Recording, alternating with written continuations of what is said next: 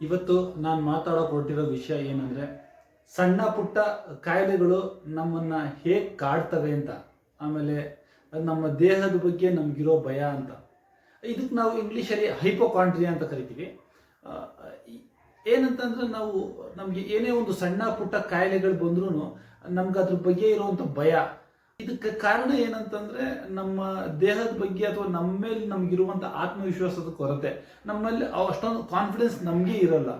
ಏನೇ ಒಂದು ಸಣ್ಣ ಪುಟ್ಟ ಕಾಯಿಲೆಗಳು ಬಂತು ಅಂದ್ರೂ ಅದನ್ನ ಏನೋ ದೊಡ್ಡದು ರೀತಿ ಥರ ಆತಂಕ ಪಡಕ್ಕೆ ಸ್ಟಾರ್ಟ್ ಮಾಡ್ತೀವಿ. ಫಾರ್ ಎಕ್ಸಾಂಪಲ್ ಉದಾಹರಣೆಗೆ ಏನಾದ್ರು ತಗೊಬೋದು ಅಂತ ಹೇಳಿದ್ರೆ, ನಮ್ಮ ಕೈ ಮೇಲೆ ಏನೋ ಒಂದು ಗುಳ್ಳೆ ಆಗಿರುತ್ತೆ ಅನ್ಕೊಳ್ಳಿ. ಅದು ಒಂದು ಕೆಂಪಿಗೆ ಉದಿರೋ ಥರ ಇರುತ್ತೆ.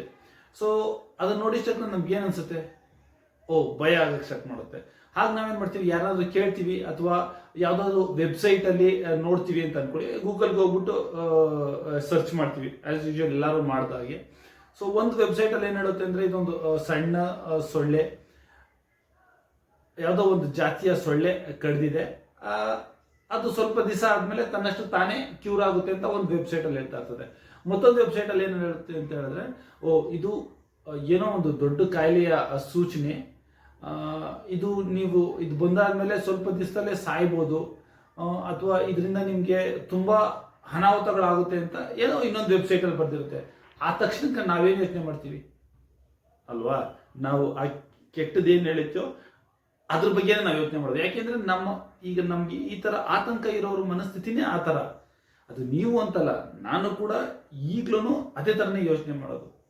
ಸೊ ಆ ತಕ್ಷಣಕ್ಕೆ ನಾನು ಇವಾಗ ಸದ್ಯಕ್ಕೆ ಏನಂತ ಆಲೋಚನೆ ಮಾಡ್ತೀನಿ ಅಂತ ಹೇಳಿದ್ರೆ, ಮೊದಲನೇ ವೆಬ್ಸೈಟಲ್ಲಿ ನೋಡಿರ್ತೀವಲ್ಲ, ಇದು ಸೊಳ್ಳೆ ಕಡ್ದಿದೆ, ಸೊ ಇದು ಇನ್ನೊಂದು ಸ್ವಲ್ಪ ದಿವಸ ಆದಮೇಲೆ ಹೋಗುತ್ತೆ ಅನ್ನೋ ಥರ ನಾನು ಅನ್ಕೊಂತೀನಿ. ಸೊ ಹಾಗಂತ ಕೆಟ್ಟದ್ದು ಬರೋದೇ ಇಲ್ಲ ಅಂತಲ್ಲ, ಆ ಕೆಟ್ಟ ವೆಬ್ಸೈಟ್ಸ್ ಎಲ್ಲಿ ಇರೋ ಥರ ಆಗಿರ್ಬೋದು ಅನ್ನೋ ಆತಂಕ ಅವಾಗ ಕಾಡ್ತಾ ಇರ್ತದೆ. ಆಗ ನಾನು ಅದಕ್ಕೆ ಏನು ಹೇಳ್ತೀನಿ ಅಂತಂದರೆ, ಓಕೆ ಅದೇ ಥರ ಆಗಿ ನಾನು ಸಾಯಬೇಕು ಅಂತ ಇದ್ರೆ ಅದು ಆದಾಗ ನಾನು ನೋಡ್ಕೊತೀನಿ.